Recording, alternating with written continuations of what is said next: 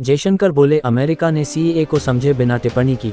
कहा दुनिया के बयानों से लगता है भारत का कभी विभाजन ही नहीं हुआ। भारत के विदेश मंत्री एस जयशंकर ने भारत के इतिहास को लेकर अमेरिका की समझ पर सवाल उठाए हैं। सीएए पर अमेरिका के बयान को लेकर जयशंकर ने कहा ये टिप्पणी सीएए को समझे बिना की गई। कानून का मकसद भारत के विभाजन के दौरान पैदा हुई समस्याओं का हल निकालना है। इंडिया टुडे कॉन्क्लेव में विदेश मंत्री ने कहा मैं अमेरिका के लोकतंत्र की खामियों या उसके उसूलों पर सवाल नहीं उठा रहा हूं। मैं हमारे इतिहास के बारे में उनकी समझ पर सवाल उठा रहा हूं। अगर आप दुनिया के कई हिस्सों से दिए जा रहे बयानों को सुनेंगे तो ऐसा लगता है जैसे भारत का विभाजन कभी हुआ ही नहीं, जैसे देश में कभी इसकी वजह से कोई ऐसी समस्या नहीं थी जिसका सीएए ने हल दिया है। अमेरिकी राजदूत बोले हम अपने उसूलों से पीछे नहीं हटेंगे। कॉन्क्लेव में भारत में मौजूद अमेरिकी राजदूत एरिक गारसिटी भी शामिल हुए। उन्होंने कहा अमेरिका कभी भी अपने सिद्धांतों को नहीं छोड़ेगा। धार्मिक आज़ादी और समानता लोकतंत्र की आधारशिला है। अमेरिका सीएए को लेकर चिंतित था और इसे लागू करने के तरीके पर नज़र रखे हुए है।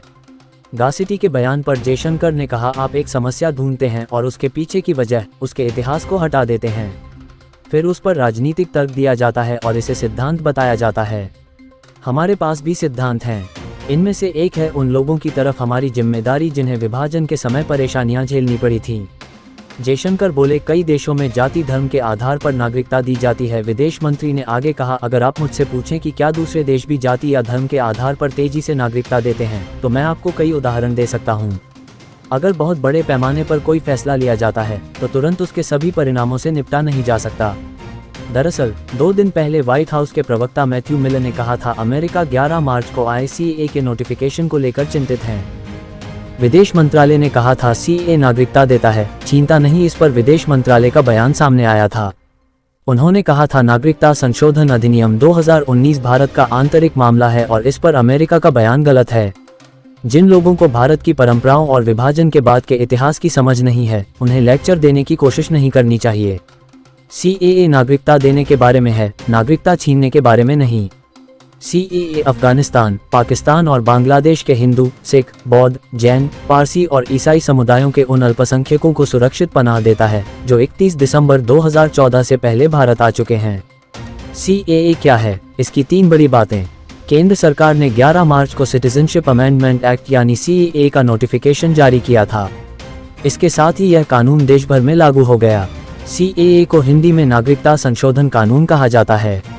इससे पाकिस्तान, बांग्लादेश, अफगानिस्तान से आए गैर मुस्लिम शरणार्थियों को नागरिकता मिलने का रास्ता साफ हो गया। 1. किसे मिलेगी नागरिकता? 31 दिसंबर 2014 से पहले पाकिस्तान, अफगानिस्तान, बांग्लादेश से धार्मिक आधार पर प्रताड़ित होकर भारत आए हिंदू, सिख, बौद्ध, जैन, पारसी और ईसाई समुदाय के लोगों को नागरिकता दी जाएगी। इन 3 देशों के लोग ही नागरिकता के लिए आवेदन कर सकेंगे।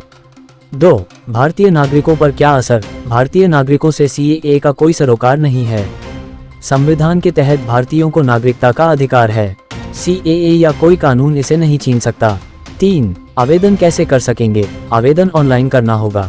आवेदक को बताना होगा कि वे भारत कब आए। पासपोर्ट या अन्य यात्रा दस्तावेज न होने पर भी आवेदन कर पाएंगे। इसके तहत भारत में रहने की अवधि 5 साल से अधिक रखी गई है। बाकी विदेशियों, मुस्लिम के लिए यह अवधि 11 साल से अधिक है। नागरिकता संशोधन विधेयक 2019 के पक्ष में 125 वोट पड़े थे। 11 दिसंबर 2019 को राज्यसभा में नागरिकता संशोधन विधेयक 2019 कैब के पक्ष में 125 और खिलाफ में 99 वोट पड़े थे। 1 दिसंबर 2019 को इसे राष्ट्रपति की मंजूरी मिल गई। देश भर में भारी विरोध के बीच बिल ने दोनों सदनों से पास होने के बाद कानून की शक्ल ले ली।